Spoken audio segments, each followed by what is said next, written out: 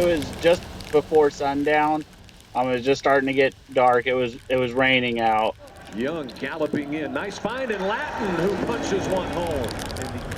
Caleb and Clayton Freeman were on their way to an OU basketball game a week before Christmas.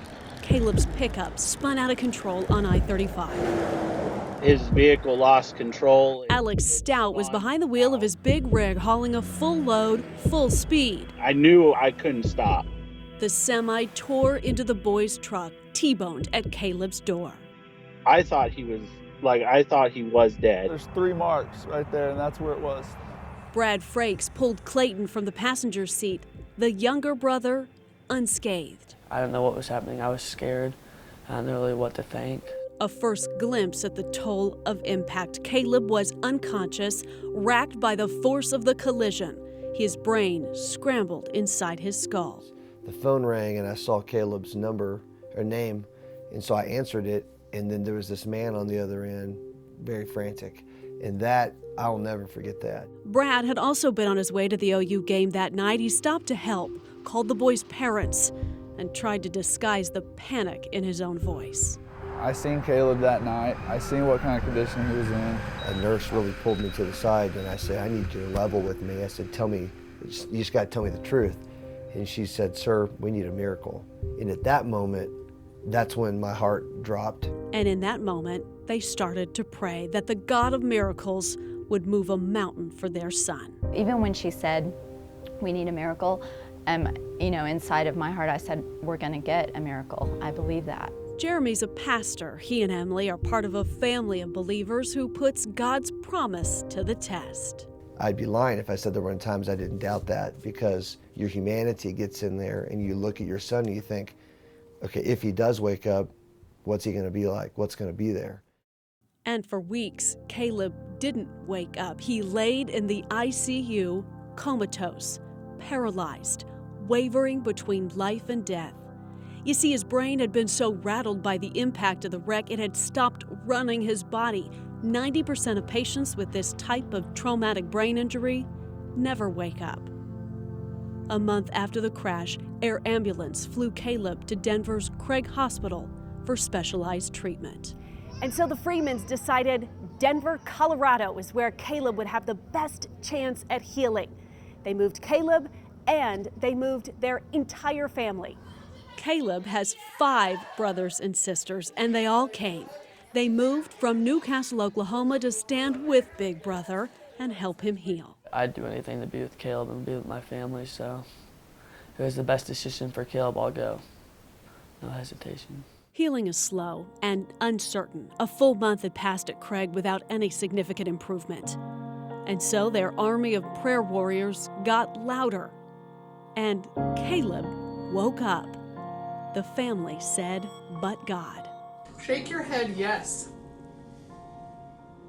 Then, a sign Caleb was in there. And the family said, but God. As long as he has the will, there's going to be a way.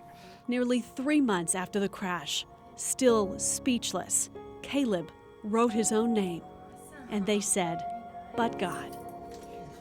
So that was kind of the first day that I really started to think, this is going to change a lot. And then the floodgates opened, and he started to speak. Through it all, the Freemans found comfort and community on Facebook. Their page, Pray for Caleb, grew to 50,000 followers.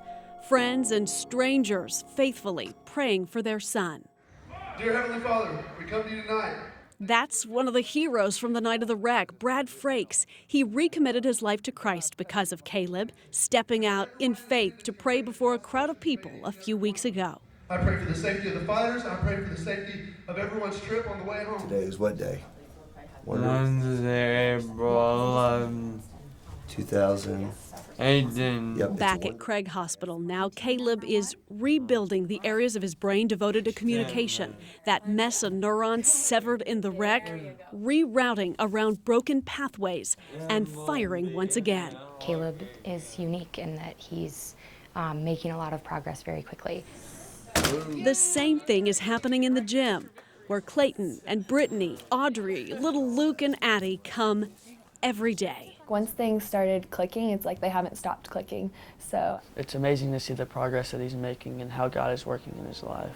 He has climbed a mountain, and yet somehow Caleb's gaining momentum going uphill. He's so motivated and he works so hard. And we say, do you want to stop or are you tired? And he's like, I'm tired, but I'm not going to stop, going. you know? Yeah. So Supernatural determination. Caleb believes his strength is not his own. It's only God and no one else. All the healing is because of Him, and all the progress too is because of God. And He's been with me through it all. Without Him, I wouldn't be alive.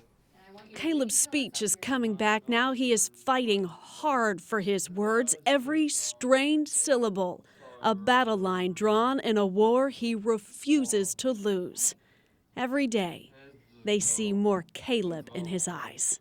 I do think that there will be some things that are different about him, but he's still Caleb, and I'm encouraged by that. Encouragement that stretches the globe. Everyone's got their eye on this kid, watching faith conquer fear. Hey, buddy. When Brad Frakes pulled over that night, he had no idea his journey might take him to Craig Hospital in Denver. Wow. Did you drive all the way up here? Yeah, we did.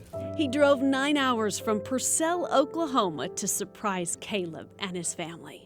A witness to the horror of that night, he wanted to see the wonder of healing as well. I gotta hug this guy because I've never met him. All For a second. All I I remember is your voice on the other line of that phone, man. I actually do remember you. Oh, he said thank you for driving all the Thank way. you for driving all the way here. You're welcome, Caleb. He wanted to meet the young man so steady in his conviction, softening hearts around the world. Would you change anything about that day that the wreck happened? No, I wouldn't change anything because it's God's plan, and I would never change that. For years, Caleb Freeman has been sharing his heart, his faith, a talented distance runner known for spreading the gospel on the trails. And while his circumstances are profoundly changed, his purpose is not. Allie Meyer, Oklahoma's News 4.